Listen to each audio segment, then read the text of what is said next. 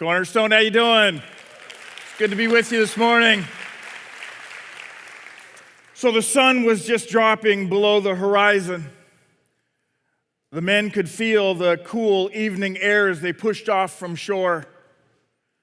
Some of them had made this journey many times, but they would never, ever forget this night. As darkness enveloped them, so did the clouds, and with the clouds came a violent storm.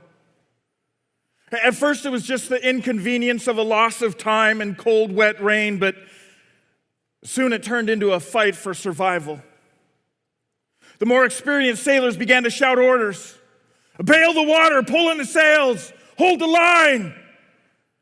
The less experienced began to register the fear on the faces of those seasoned sailors. And it became apparent to everyone in that boat that they may not survive that night. What happens next in this story is an amazing lesson for you and I in our everyday, ordinary lives. In our lives of twists and turns. Our lives of twists and turns that make these pivots, these pivots that leave us scratching our head saying, wow, I didn't see that coming. It's the unexpected phone call from the doctor, the surprise meeting with your boss, the startling image you find on your child's phone. And these major pivots in life, these twists and turns, they leave us disoriented at times, don't they? They leave us sometimes going, I don't understand this, I'm confused. It changes the whole trajectory of our lives. And it begs the question, how do you and I navigate the twists and turns of life? If you have your Bibles, open to Matthew chapter 14. This is a great story. This one might be one of my favorite stories, and I mean it this time. This is a good one. Matthew chapter 14. Now, we're going to finish the story that I started to tell. Some of you may be thinking, if you were here 5 or 6 weeks ago, I think Lynn told this same story.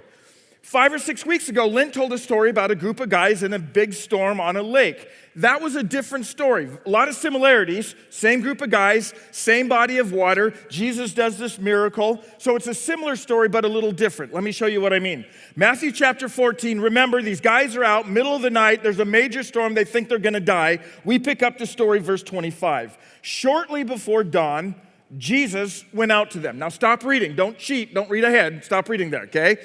Some translations say this. About 3 o'clock in the morning, Jesus came out to them. Now, they don't know it's Jesus. This is written by Matthew, one of the eyewitnesses in the boat. He's writing it years later. At this moment, when they see this guy coming toward them, they don't know it's Jesus. So we're going to get back to that in a little bit. But if you've never heard this story before, you're probably thinking, okay, these guys are in this storm. They're out on this lake. They see Jesus coming toward them. So he must be rowing a boat or paddling a boat or something. Look at the rest of verse 25. Now you can cheat and look. Shortly before dawn, Jesus went out to them walking on the lake. Walking on the lake. Now, again, I think a lot of us in here, we've heard this story so many times that you're going, oh yeah, this is the story where Jesus walks on water. Wait, what? He's walking on water. If you've never heard the story before, you're probably going, wait, what? He's walking on water? Come on. Okay, watch what happens now. Remember, they don't know it's Jesus yet. Okay, verse 26. When the disciples saw him walking on the lake, they were terrified. It's a ghost, they said, and they cried out in fear. It's a ghost. Why do they think it's a ghost? Because people don't walk on water. People don't walk on water. So when they look out and all of a sudden in the midst of the storm, they see someone walking toward them on water, the only explanation is it's a ghost. So think of their situation. They're afraid they're going to die. There's a storm. And now there's paranormal activity going on. There's ghosts walking around on the water. They're freaking out. Okay, look what happens. I love this story, verse 27. But Jesus immediately said to them, take courage, it is I. Don't be afraid. You ever wondered why Jesus did certain miracles? I mean, was it all by accident? Like Jesus woke up one morning and took a piece of parchment, because that was their paper at that time, and said, heal a blind man, rips it off. Heal a leper, rips it off. Raise the dead, rips it off, puts it into turban, because that was their hats at the time, shakes it up. James, your turn, pick it out. James picks it out. Heal a leper. And Jesus is like, I guess I'll heal a leper today. Was it like that, or was there more purpose to it? I think there was more purpose to it, and especially with this one. Because remember, every man in that boat is a devout Jew. Matthew, the eyewitness, is writing this later. Every man is a devout Jew, which means that they would understand that for hundreds and hundreds of years, the Jewish thought was that one of the functions of deity was to walk around on water. Because in Job chapter 9, verse 8, it says that God spread out the heavens and walks on the waves of the sea. So for hundreds of years, the Jewish people have been saying, if you could see God, you would see him just walking around on the water. So when Jesus shows up out there, walking on the water, it's an implicit claim to deity. It's as if he's saying to the guys in the boat, hey, look, I'm walking on water. I'm God. But it's even deeper than this. Because what he says, if you look at verse 27, he says, take courage, it is I. 2,000 years ago it was written in Greek, and there's two words that a better translation would be this. This is really literally what Jesus said. Take courage, I am is here. Don't be afraid, I am is here. Now, a lot of you are probably going, that kind of sounds like the same thing. I mean, semantics, right? You know, take courage, I am is here. Take courage, it is I. What's the difference? Oh, there's a huge difference. Remember, they're devout Jews. 1,500 years before this, Moses is out in the desert tending some sheep, looks over, sees a bush on fire, it's not burning up, gets his attention. He walks over, the bush starts talking to him, that really gets his attention. It's God saying, Moses, I want you to go back and I want you to set my people in Egypt free. So Moses, read it later in Exodus 3, starts making all these lame excuses. One of his excuses is, God, I don't even know your name. And there was some legitimacy to his excuse because he knows this. The Egyptians worship many, many gods. And Moses is going to go back and stand in front of Pharaoh, maybe the most powerful man in the world at that time, and say, so you need to let the 2 million slaves that you have, you need to free them. You know, just set them free. You know, I know it's gonna destroy your economy, but just let them go. And Pharaoh's gonna go, why would I let them go? Well, because their God said to. Who's their God? I don't know his name. So Moses is standing at this burning bush saying, God, I don't even know what your name is. And God said, tell them, my name is Ea Asher Ea, Hebrew. Tell them my name is Ea Asher Ea. I am who I am. And so the name I am became one of the names of God, one of the descriptions of God. So 2,000 years ago, when these men are out in this storm, and this guy comes walking along, and at first they're thinking it's a ghost, and then he's saying, don't be afraid, I am is here. He's making an implicit claim to deity. He's saying, listen, I'm walking on water, I'm God, and my name, by the way, is I am. They have no doubt what he's implying. Oh, this story gets even better, though. Look at this. Verse 28. Lord, if it's you, Peter replied, tell me to come to you on the water. This is so good. Now, Peter's just thinking it's a ghost. Now he finds out it's Jesus, so he's saying, hey, let me come walking out to you. So look what happens. Look at verse 29. Then Peter got down out of the boat, walked on water, and came toward Jesus. I wish I could have seen Matthew years later when he was telling this story. Or after he had written it down and he was reading it, and some people would look at him like some of you are looking at me when I just read that, you know. Then Peter got down out of the boat. This is Matthew, I imagine. No, I don't think you understand what I'm saying. I'm not saying that Peter dove over the side of the boat into the water. I'm not saying that Peter jumped out and splashed into the water. I'm saying that Peter stepped out of the boat onto the water and started walking. What? And then Matthew goes on and he explains that once Peter's out there, he gets a little bit nervous and he takes his eyes off of Jesus, starts looking at the waves, and he starts sinking and he thinks he's gonna die, and then he yells for help, and Jesus comes and grabs his hand and says, oh, you have little faith. And then I love how the story ends. Skip down to verse 32. I love how this ends. And when they climbed into the boat, the wind died down. Other eyewitnesses make it sound more like it stops immediately. Then those who were in the boat worshiped him, saying, truly you are the Son of God. Oh, can you imagine the scene? I mean, imagine you can hear it, whoosh, the wind and the waves are splashing, and Jesus takes Peter and they step into the boat. Maybe all you hear is the drip from the sail or the mast. Drip, drip, drip. These men are standing there and their eyes get really big and they're looking at each other, and then they look at Jesus and say, "You are the Son of God." Isn't this an amazing story? And the lessons for us, there's such great lessons we can get. One of them I've commonly heard taught is, in the storms of life, keep your eyes on Jesus. And that's a great one. And some of you in here probably going, yeah, preach on that. I'm not going to, because there's another gem that's buried in here that I want us to uncover. Oh, this is good. I want you to note two things. I want you to note, first of all, that Jesus doesn't condemn Peter for his lack of faith in stepping out of the boat. I didn't read the verses. He condemns Peter for lacking faith once he was out on the water, but he does not condemn Peter for his faith in stepping out of the boat. I want you to note this too. Peter's the only guy that got out of the boat. I know how men are. We're like little boys that never actually really truly grow up. So it's not in here, but I'm pretty sure this might have happened the next day. As they were walking through the dusty roads of the Galilee region, the other disciples started kind of mocking Peter, especially Andrew, because that was Peter's brother, and that's what brothers do, right? So I imagine that maybe Andrew started pushing Peter a little bit as they're walking, saying, "You should have seen your face when you were out on that water, and all of a sudden you started looking at all the waves, and then you started sinking," and then James and John jump in. They're like, you were screaming. You sounded like a little girl, like, "Ah, Jesus!" And they're all laughing at him, and Jesus is probably back there, just shaking his head at these guys. And they're all making fun of him. And finally, Peter gets fed up, and he goes, "Hey, Andrew, you know what it feels like to walk on water?" "I didn't think so, because you didn't get out of the boat." "Hey, James, John, you know what it feels like to walk on water?" I didn't think so. Why not?" "You didn't get out of the boat."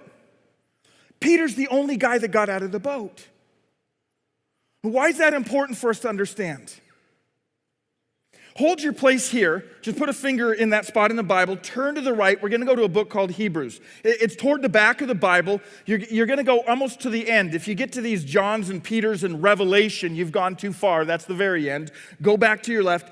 Hebrews chapter 11, we call it the Great Faith chapter. It's the Faith Hall of Fame, if you will, because the writer will begin by defining what faith is, and then he's going to list all of these great men and women through history of faith, these people that lived out faith. But early in the chapter, there's one tiny little verse. It's a short, little, simple verse. And it takes, in many ways, the totality of what it means to be a Jesus follower and puts it in one short sentence. Not hard to understand, really hard to live. Hebrews 11, verse 6 says this, "And without faith, it is," what's the word? I just want to make sure you get it. What's the word? Impossible. And without faith, it is impossible to please God. Is it possible to please God without faith? It's not a trick question. Without faith, it is impossible to please God. You and I cannot please God without faith. Without faith, it is impossible to please God. Then the author of Hebrews will go and start giving example after example after example of men and women who lived out this faith. Read the chapter later, and here's what you're going to find. It'll say this: by faith, so-and-so did this. Abraham, Noah, Sarah. By faith, so-and-so did this. By faith, so-and-so did this. By faith, so-and-so did this. And what we discover is that the writer of Hebrews is making it very clear to us that without faith, it is impossible to please God, and faith and action are inherently linked. You cannot separate them. In fact, I'll put it this way: action is to faith what sound is to music. Action is to faith what sound is to music. You cannot have music without sound, nor can you have faith without action. Now, this isn't difficult for you and I to understand. I doubt there's anybody in here or listening online who's going, "I don't understand, action and faith." They go, "No, I get it." Don't say you believe in something if you're not willing to act on it. That's not really faith. Faith is you're willing to act on it. We all get it. But why is it so hard for us to live it? I mean, we all get that action is to faith what sound is to music. We get that, but why is it so hard for you and me to live out faith? It's this little thing called fear, right? Fear. Fear hates faith. Fear hates faith. Fear hates faith. About a week and a half ago, a friend and I we were having coffee, and we were sitting in this coffee shop. And we were talking about fear and faith, and he said something so profound.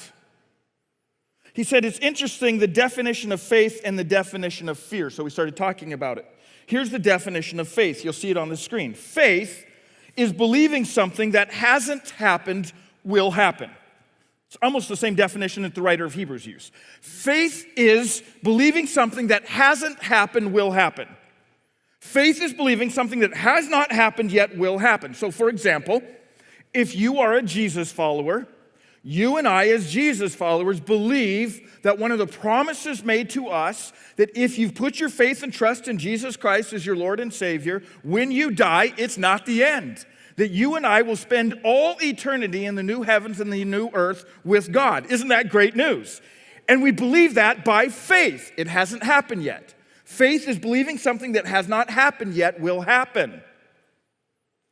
The definition of faith, I just want to make sure we get this. The definition of faith is believing something that has not happened will happen. Definition of fear, you'll see it on the screen, is believing something that hasn't happened will happen. Years ago, my wife and I were on vacation. Ocean, I see this area about 150 yards offshore. It's this reef out there that I can see in this aqua blue water.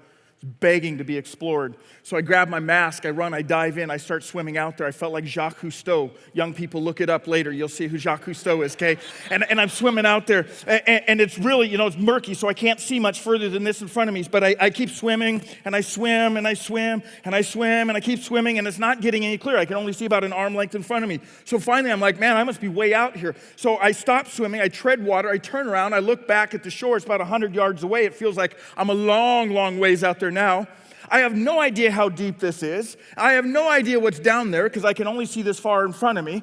But I put my head back in the water. I'm like, well, I'm going to keep swimming. Maybe it'll clear up a little bit more. And I keep swimming and swimming and swimming. I can only see this far in front of me. Swimming and swimming. And that's when it happened. Way back in the recesses of my mind, I heard this.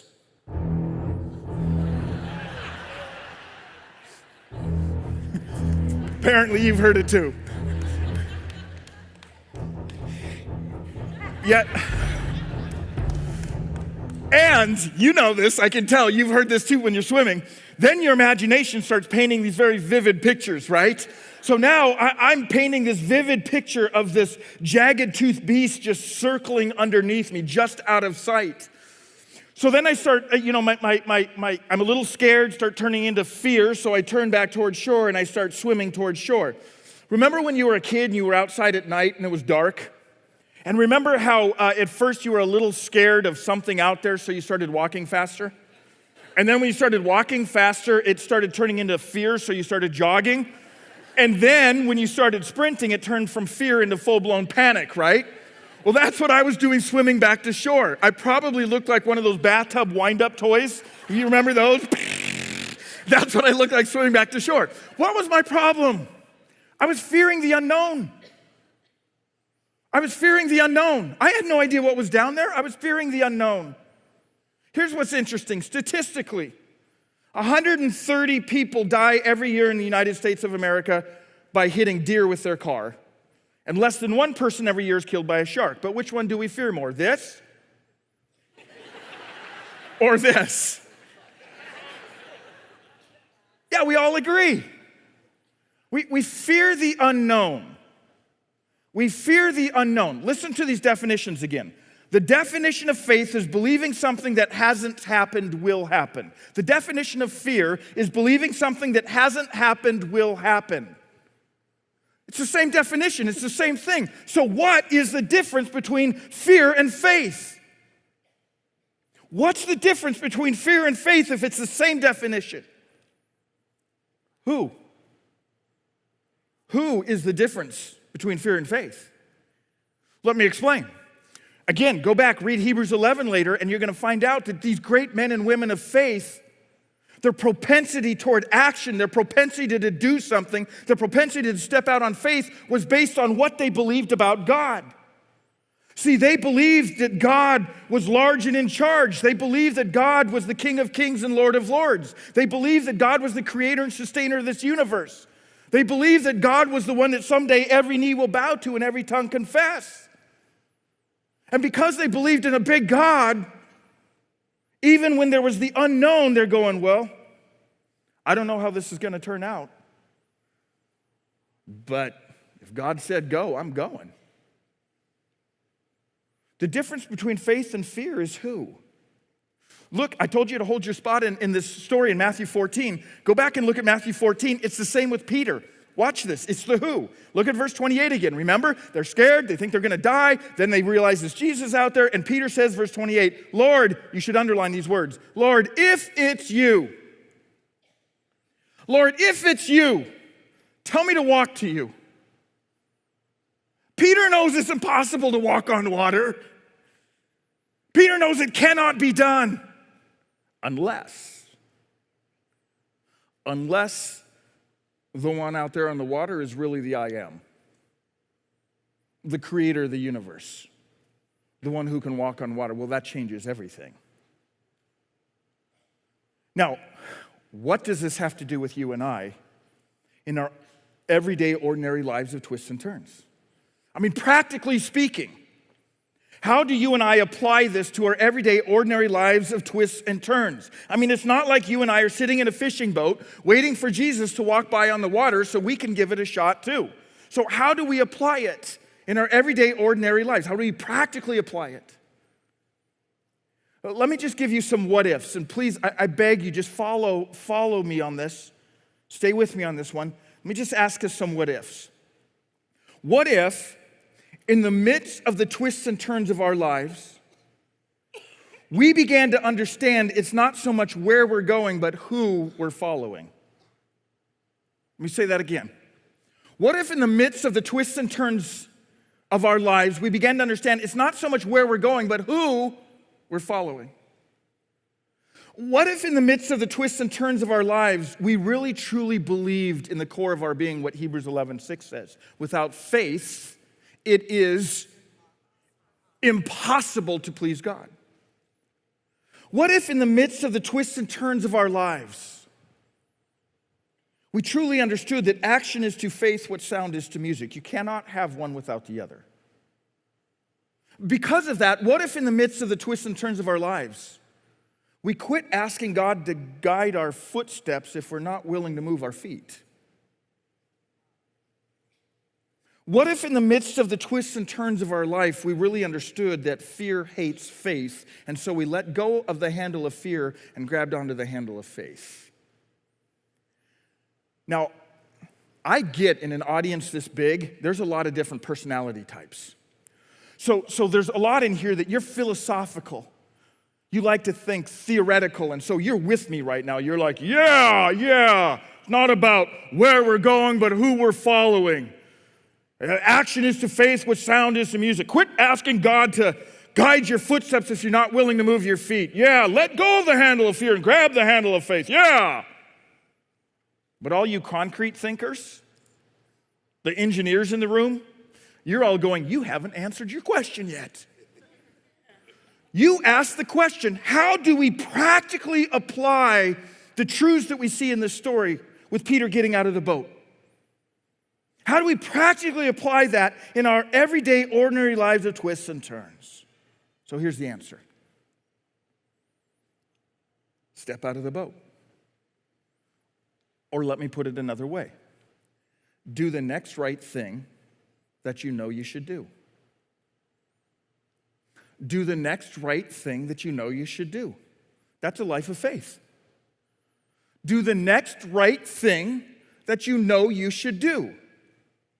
Now, I know what happens. Same thing that happens to me is happening to you. Some of the things that you know you should do, the next right thing you know you should do, it comes into your mind, and all of a sudden you go, yeah, but if I make that phone call, yeah, but what are you doing? You're grabbing the handle of fear. Let go of the handle of fear and grab the handle of faith. Last night, after one of the services, a guy came down and he told me, he said, when you were saying that a life of faith is doing the next right thing you know you should do, I'm going through a bitter divorce right now.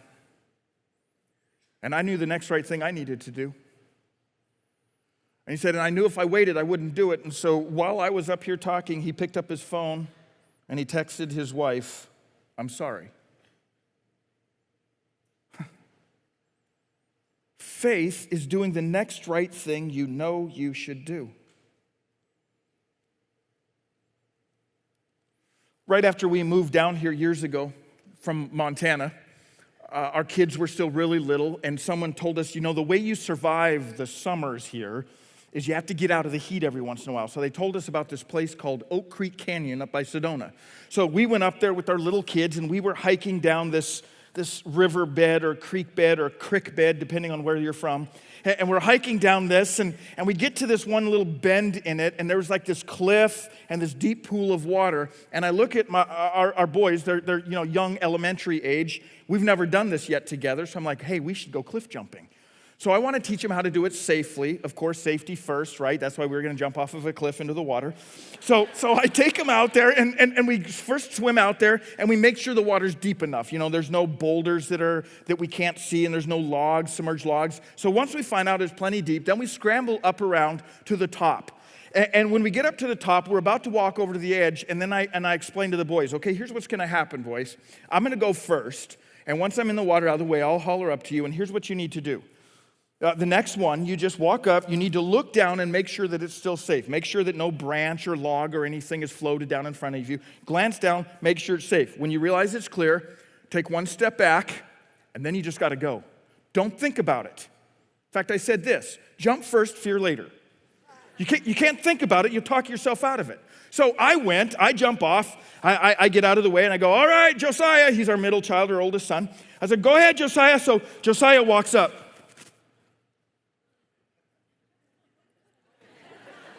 I see his little legs shaking, and I'm going, no, Josiah, you're doing what I told you not to do. You can't think about it. Now, he insists that he would have gone eventually, but we will never know because right behind him was his younger brother. And I could just barely see his face, but I saw this big smile on his face. And I go, Kyle, no, too late, pushes him. All the way down, Josiah's going, Kyle! So once Josiah hits the water, I looked up and said, Kyle, I'll throw you off if you don't jump now. You're going to go. Here's the connection for us. In our lives of twists and turns, the fact is we all get this. There's times where we step up to this precipice, this ledge, and there's all these unknowns down there. And unlike my son Kyle, God will seldom push you. Every once in a while he will, but most of the time he won't. What God is doing is he's going to be standing next to you and he's going to be whispering, do you trust me? Jump first, fear later. Step out of the boat. And then we have a choice.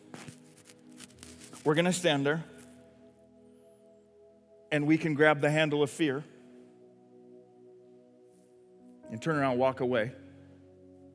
Or we can trust who is guiding us and say, I don't know how this is going to go. There's a lot of unknowns. But I'm going to do the next right thing I know I should do because of who I'm following. Cornerstone, can you imagine if we did that? I just got goosebumps. Just look around this room. Look at how many people are in this room. Can you imagine if in the next 48 hours, we as Jesus followers decided together, we are going to do the next thing we know we should do, even if we don't know how it's going to turn out? Can you imagine what would come of that? A jump first, fear later. Oh God, thank you for who you are. And God, thank you for your grace and mercy. Even in the story of Peter, we recognize he's the only guy that stepped out of the boat, and yet he still doubted then.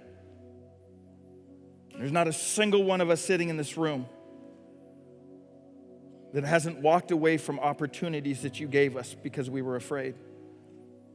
And yet your grace and your mercy is new every day.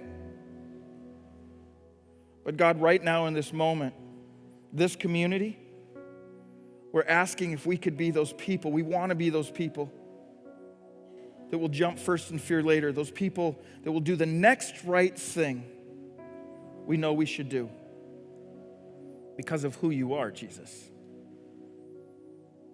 We love you, Jesus. Amen.